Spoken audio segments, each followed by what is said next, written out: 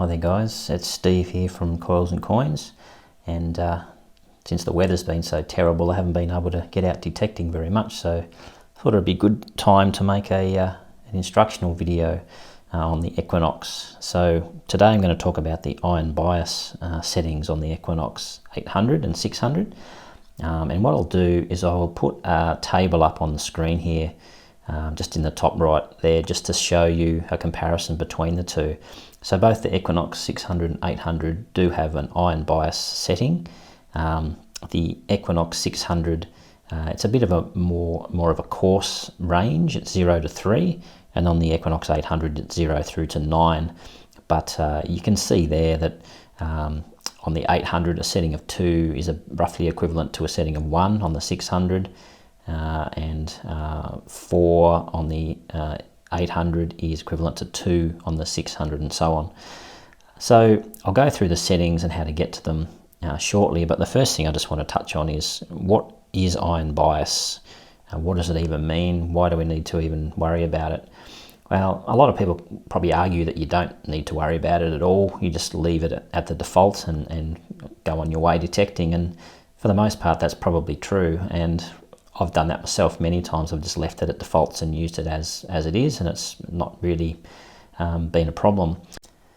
So I'm going to explain it the best way I can, in the simplest terms that I can put together.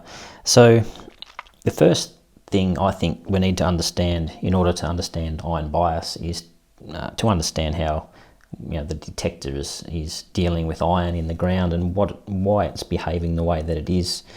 So again, in simple terms, the detector sends out an electromagnetic pulse into the ground through the transmitting coil, and then if there's a metal object in the ground, that electromagnetic pulse will charge the metal object in the ground, and it'll then send that object will send back its own electromagnetic signal back to us, which we will then hear in the receiving coil, and it'll come back to the machine and report a target ID number and a tone.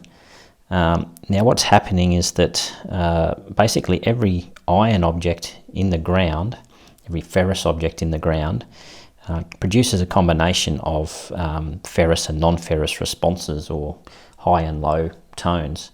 It's just that the machine is better at distinguishing some from others, and so sometimes all you hear is the ferrous tone, and you know that it's definitely ferrous, but most of the time, or often, the target will be a mixture of iron and other metals, or it might be an odd shape. It could be a very large iron object, could be an iron object or a partly iron object next to a non-ferrous object like a coin or something silver.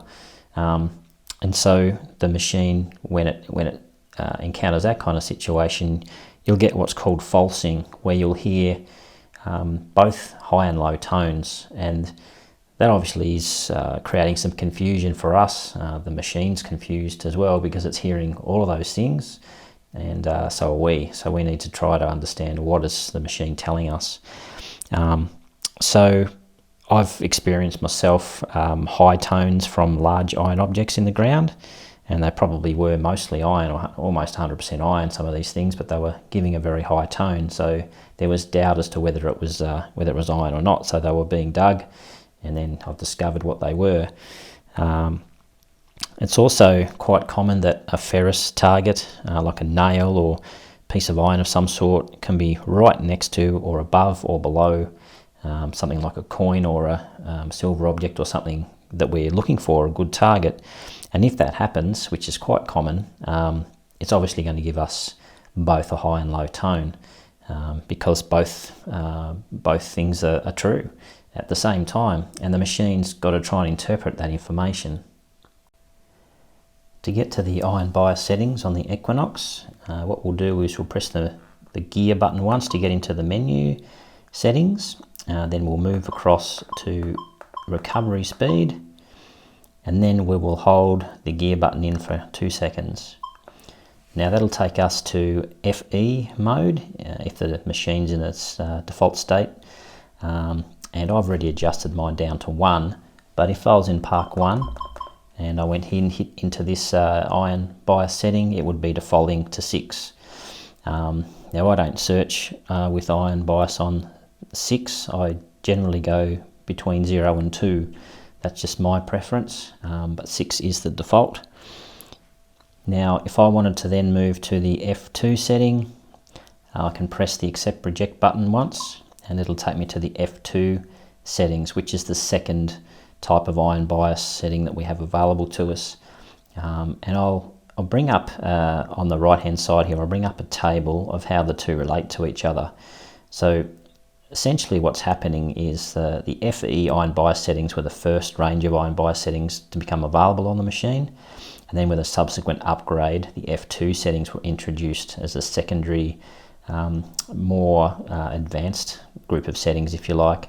And when you compare one to the other in terms of settings, the F2 scale is much wider than the FE scale. So this table here will explain that or show that better than I can explain it. So FE is like a subset of the F2 scale and it sits in about the center.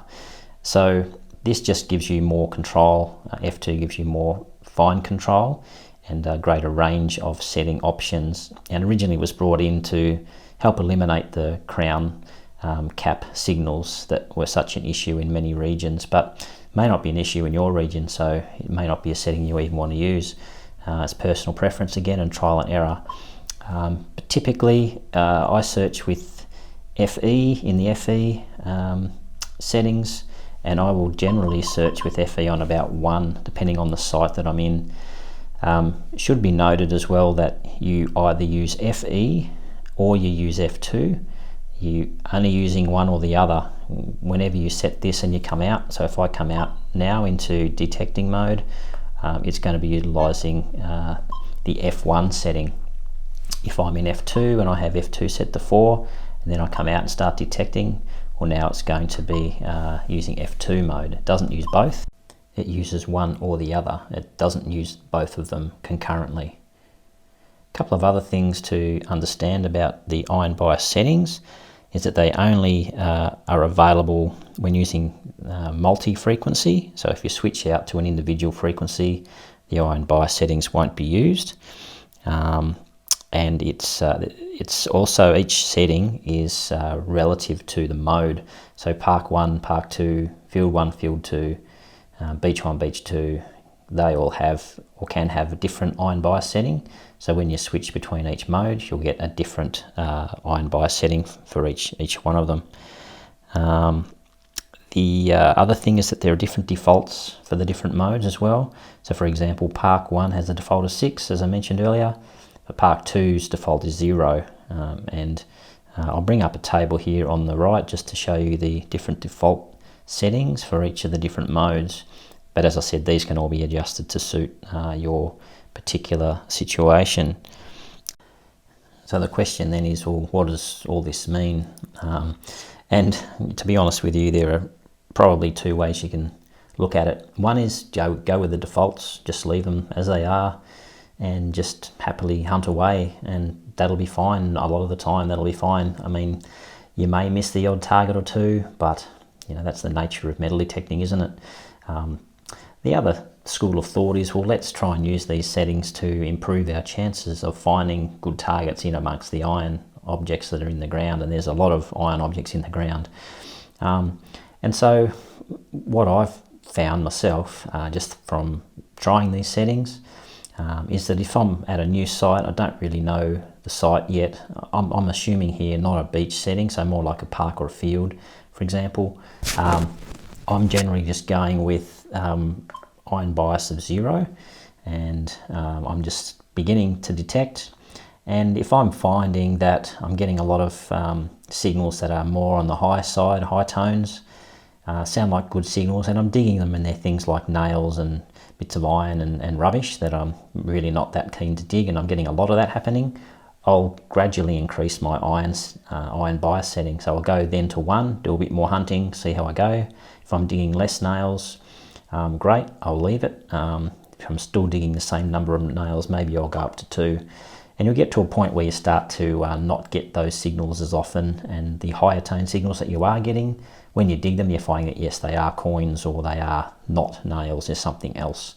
So really it's about where you are as to what this setting needs to be. But like I say, I generally start out at 0 or 1.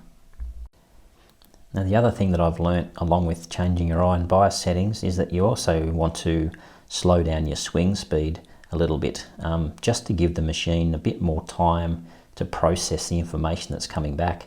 If you're swinging too quickly, now there's no way the machine's going to be able to process things and report them back to you accurately. So I've found that if you're going to change these settings and play around with them a bit while you're out there hunting, you probably want to slow your swing speed down a little bit, just to give the machine a bit of a better chance to report back an accurate tone, an accurate target ID, and give you more of an understanding of what that target actually is.